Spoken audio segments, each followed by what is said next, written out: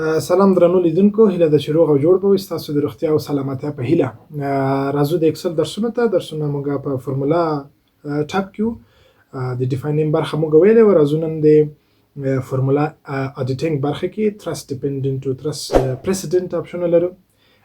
مهم اپشنونه دي، په دې به خبرې وکړو. نور هم ډېر مهم اپشن لرو. لومړی لرو ترس پریسیډنټ لرو. زه به په عملا مثال کې درته تشریح کړم، بیا تاسو ښه پرې پوهېږئ. که سم دلته آیکنو ته وګورئ، دومره وزن تاسو پوه نه شئ، خو ګورئ وایي show rows that indicate which cells affect the value of the current selected cells. Use control plus to navigate to precedent. ښه، زه به دلته هغه ولیکم، معلوم هغه مې ولیکل نمبرونه. دا غواړم جمع کوم، خو دې خواته جمع کوم. ګوښه څنګه یې جمع کړو؟ راځو مساوي ورته وایم. بیا موږ وایو دا یو فنکشن لرو د سم. دا به زه ټول انتخاب کړم، انټر به یې کړم. دا ټول ما جمع کړل، څو شول؟ 200. اوس که تاسو غواړئ چې د دغو نمبرونو دلته چې کوم دي د دو مجموعه پیدا کړئ، یا موږ چې پیدا کړې ده چیرې ده، تاسو ته دلته ادرس وښیي، نو بیا تاسو ورشئ په ترس پریسیډنټ باندې کلیک وکړئ. ګورئ زه که په مجموعه کلیک وکړم، پریسیډنټ باندې ورته وایم، موږ ته څه وایي؟ وایي دغه عداد مکمل هغه د دوی تاثیر، هغه کوم چې فرمول مو چې کار کړی دی، که ضرب دی که تقسیم دی که هر شی مو چې کار کړي، خو د دغو اعدادو هغه د فرمولو پایله چیرته ده؟ دلته ده، 200. موږ ته 200 ښیي چې دغه ارقام په دو کې رول لري. دغه ارقام دغه 200 کې هغه شوي، مثال 200 ترې جوړ شوي دي. داسې درته تشریح کړم. دغه 200 له کومه شوي؟ له دغو نه لاسته راغلي. یا جمع یا ضرب یا هر رقم چې دی، موږ ته د 200 هغه اصلي منبع یې وښودله. څه مکمل ګورئ، دې ته وایي ترس پریسیډنټ، یعنې موږ ته د یو مجموعې اجزاوې ښیي. زه به دلته ولیکم 200، دا هم 200، خو اوس په دې نه پوهېږم چې کوم 200 د کوم مربوط راځي. دا بېرته پاک کوم 200 کوم مربوط، دا زه چې جمع کوم 200 کېږي. دا دی که دا دی؟ اوس که په ده زه کلیک وکړم، دا چې راویښیه ما ته مسج راکړي، ځکه دا 200 ما مستقیم لیکلي دي، کوم فرمول نشته. که دا 200 له کومه شوي؟ وایي دا 200 له دغو نه لاسته راغلي. دې ته وایي ترس پریسیډنټ. بېرته چې غواړې دا رنګ یې پاک کړي، دا نښې نښانې ریموو ارو باندې کلیک وکړي، بېرته پاکېږي. بلې بیا دی ترس ډیپنډنټ، دا برعکس دی. دا څه رقم؟ دغه جز یا دغه شل مربوط د کومې 200 کېږي؟ مربوط د کومې مجموعې کېږي؟ دا شل زما په کار دی، نور نه. 30 نه، 80 نه، شل. د دې لپاره به ته دوهم اپشن کلیک وکړي. تاسو ته مستقیم یو علامه نښه ښیي، تاسو ته وایي چې دا شل مربوط دی د دغو 200 دي. یا دغه 40 د کوم ځای مربوط کېږي؟ دا چې زه په دې کلیک وکړم، ما ته وایي دا هم د دې مربوط کېږي.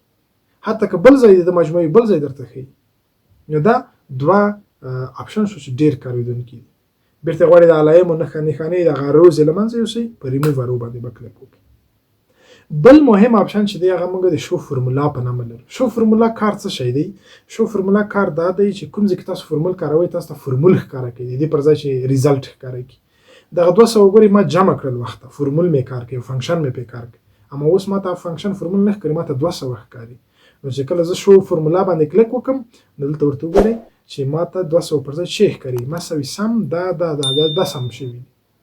اته همداسې کېږي. مثال بعضې وایي، ما نو زیات پوښتنه هم کړې ده استاد چې کله زه یو فرمول کاروم، مثال 40 جمع 50 جمع 80، دا غواړم جمع کړم، چې کله انټر کوم ما ته ریزلټ نه ښیي، ما ته هماغسې راځي G6 جمع G5 جمع G4. دا ولې؟ ځکه موږ دلته شو فرمولا فعاله کړی دی، فرمول د نتیجې ریزلټ په ځای موږ ته فرمول ښیي. نه، دا غیر فعاله کړه، تاسو به د فرمول په ځای د هغه پایله او نتیجه ریزلټ تاسو ته وښیي. دا ډېر مهم دی. اویا چې کله تاسو کومه وخت اشتباه کوئ، غلطي کوئ، مثال څه رقم؟